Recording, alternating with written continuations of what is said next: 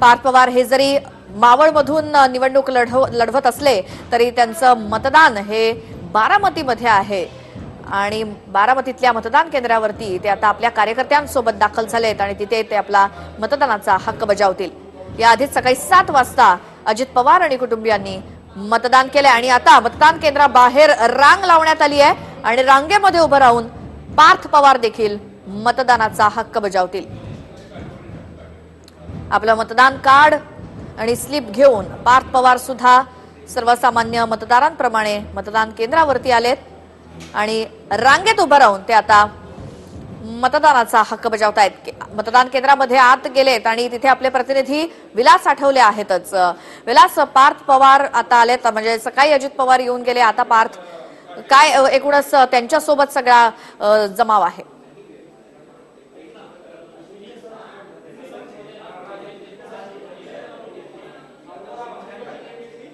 साइडला या, ठीक आहे, साइडला हो, आज जाऊ नका ना कॅमेरा। अरे नाही दादा, कोण आहे?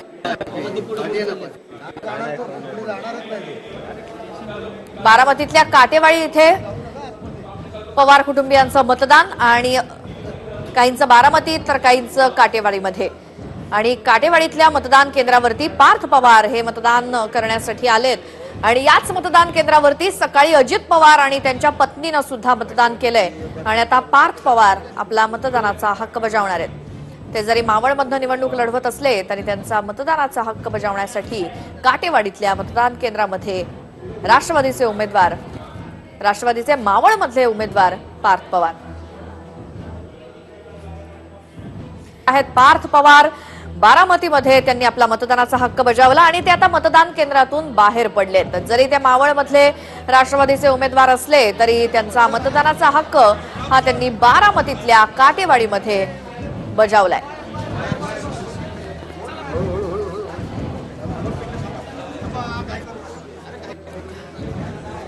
सकाळी 7 वाजता अजित पवार आणि सुनेत्रा पवार यांनी मतदान केलं याच काटेवाडीतल्या मतदान केंद्रावरती आणि आता पार्थ पवार सुद्धा बोटाला लावलेली निळी शाई ते माध्यमांना दाखवतायत। मतदान केलंय आणि त्यांचं मतदान हे बारामतीतल्या काटेवाडी इथे, कारण ज्या ठिकाणी त्यांचं घर आहे त्या ठिकाणच्या जवळच्या मतदान केंद्रामध्ये त्यांनी मतदान केलंय आणि सकाळी याच मतदान केंद्रावरती अजित पवार आणि सुनेत्रा पवार हे सुद्धा आले होते आणि त्यांनी मतदान केलं होतं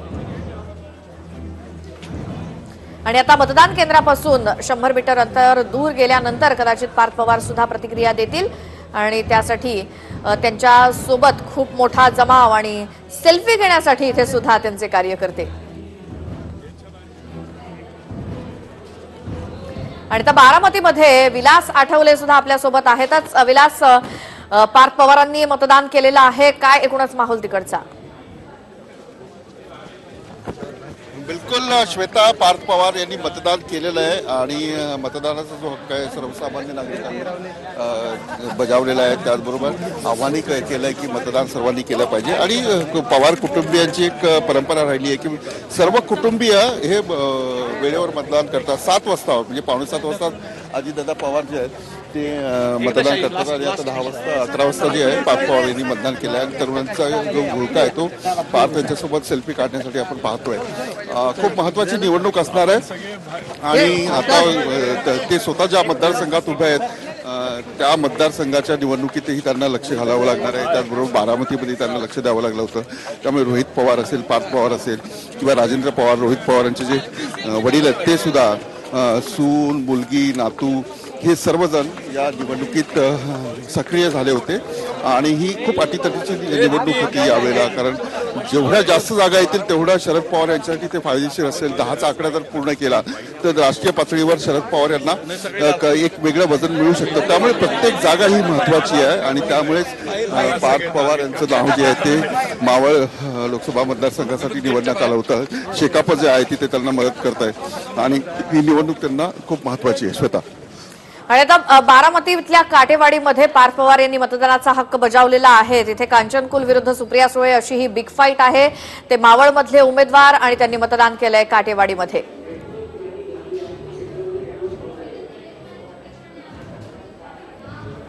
बारामतीमध्ये काटेवाडीत पार्थ पवार माध्यमांशी बोलतायत। मतदान केलं. सुप्रियाताई तिथे उभ्या आहेत. एका ठिकाणी थांबा. काय बारामतीचं चित्र आहे? भाजप असं म्हणतात बारामतीत आम्ही गेलो. भाजपाचं म्हणतोय की ते अख्खं भारत येणार आहे. तुम्ही जर बघितले तर त्यांचे सर्वे सांगत होते की आम्हाला पहिला काहीतरी 15 मिळतील, 20 मिळतील, आता 28 वरती गेलं, आता आम्ही 30 वरती गेलोय. तिसऱ्या टप्प्यावरती, चौथ्या टप्प्यावरती मला माहिती नाही किती वरती आम्ही जाणार. तर तुम्हाला दिसतच आहे की जिथं त्यांना बोलायचं ते बोलतील. जे सीट्स कॉन्ट्रोवर्शियल सीट्स आहेत तिथं त्यांना मीडिया अटेन्शन मिळणार, तिथं ते बोलणारच की सीट थोडी अवघड दिसते. पण आम्हाला माहिती आहे की आम्ही किती चांगलं काम केलं आणि लोकांचा साथ आहे आणि आम्ही सीट काढू. मी जर विचारलं, मी तर बाहेरचा आहे, एक रिपोर्टर म्हणून तुमच्याकडे आलोय. बारामतीमध्ये सुप्रियाताई पुन्हा येतील, कारण असं जरी चित्र तुम्हाला वाटत असलं तरी भाजपने एवढी रणनीती केली आहे. भाजपचे चाणक्य इथे येऊन गेले, चंद्रकांत दादा इथे येऊन गेले, तर त्यामुळे त्यांनी राष्ट्रवादी काँग्रेसच्या कार्यकर्त्यांना पकडलंय असं त्यांचा दावा आहे की आम्ही जिंकणार. प्रॉपगँडा आहे, नेहमी करत राहतात. विधानसभेच्या वेळेस नरेंद्र मोदीजी आलेले होते इथं आणि दादा नंबर 1 लीडनी आले, तेव्हा पण हेच प्रश्न मला विचारले गेले, आता पण हेच प्रश्न विचारले जातात. त्याच्यामुळे त्यांना काय बोलायचं ते बोलतीलच, आम्हाला काय म्हणायचं आम्ही म्हणणारच की आमची सीट येणार आहे. पण पवार कुटुंबियांना टार्गेट केलं भाजपने, त्यांनाच टार्गेट करतात. त्याच्यामध्ये पार्थ पवार पण नाव होतं. हो, न्यूज नाही येत ना. टार्गेट केल्यानंतर मुद्द्यांवरती तुम्ही बोलत नाहीये. कुटुंबावरती का टार्गेट करतात? कारण त्यांना काहीच बोलायला नाहीये, त्याच्यामुळे ते टार्गेट करतात. आणि मला माहिती नाही आपण विकास पार्थचा वापर केला टार्गेट करण्यासाठी. पार्थचं पहिलं भाषण जे आहे पार्थचं ते ट्रोल करण्यात आलं आणि काय काय नाही, फक्त माझं नाही, गेल्या 2014 पासून दादांवरती करतात, ते साहेबांवरती आत्यांवरती करतात, ते माझ्यावरती करतात आणि करतच राहणार. कारण जो the rising sun is always targeted in short. त्याच्यामुळे मला ह्याच्यावरती काय जास्त बोलायचं नाहीये, फक्त एवढंच सांगतो की आम्ही चांगल्या मताने येऊ. संपूर्ण पवार कुटुंबीय मावळ असेल किंवा हे असेल किंवा म्हाडा असेल, नंबर जास्त आले पाहिजे, त्याच्यामुळे पंतप्रधानपदी एक आशा निर्माण होऊ शकते. पवार कुटुंबीय एवढी जास्त मेहनत झाली नाही, मला समजलं नाही तुमचा पवार क्वेश्चन. कुटुंबीय कामाला लागलं संपूर्ण पवार. मला एक सांगा, प्रत्येक उमेदवार जो आहे गेल्या वेळेपेक्षा यावेळेला जास्त प्रत्येक उमेदवार जो आहे त्याच्या कुटुंबामधलं कोण कोण प्रचाराला निघालाय ते पहिला बघा. सगळेच निघतात, मदत करतात. आपण गेल्या 50 वर्षापासून अख्खं गाव प्रचाराला निघतं, पाहुणे निघतात आणि हे होतच आलंय. तर त्याच्यामुळे आता जर माझी आई, भाऊ, बाकीचे लोक प्रचाराला म्हणजे निघाले तर त्याच्यामुळे चूक काय आहे? तुम्ही लहानपणापासून सगळं पाहताय राजकारण, पण आता भाजपचं असं म्हणणं आहे की आम्ही कामालाच लावलंय. म्हणजे तुमचे नेते फोडले, सुजय विखे पाटील काँग्रेसचे फोडले, रणजित सिंग मोहिते पाटील ते फोडले, त्यामुळे आम्ही प्लसमध्ये आहोत, बारामती आम्ही जिंकणार. ते म्हणतात की त्यांनी आम्हाला कामाला लावलंय. जे लोक खरं कामाला लावतात ना लोकांना, ते कधी बोलत नाहीत. आणि मला अमित शहाचं भाषण ऐकलं, अमित शहाचं भाषण ऐकलं तुम्ही? अमित शहाचं भाषण ऐकलं? सगळ्यांचं भाषण ऐकून काय फायदा? ते आता हारायलाच आले तर रागाला तुम्हाला उखाड देंगे आणि तुम्ही त्या प्रकारचं राजकारण आपण कधी केलं नाहीये बरं का. ते मोठे आहेत, मुद्द्यांवरती बोला, तुम्ही काय केलंय त्याच्यावरती चर्चा करा, लोकांना काय दिलं त्याच्यावरती बोला आणि हे वैयक्तिक टीका करायचं बंद करा. मावळमध्ये खूप अडचणी आहेत असं काही आहे? काय चित्र आहे? कारण तुमची इमेजेस अशी केली आहे. हे बघा, इमेज तुम्ही किती पण बदलायचा प्रयत्न केला, टार्निश करायचा प्रयत्न केला, जे सत्य आहे ते आहे, ते कधी होऊ नाही शकत.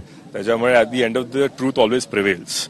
आणि लोकांना माहिती आहे की आपण इथं चांगलं काम करायलाच आलो आहे आणि करणार आहे.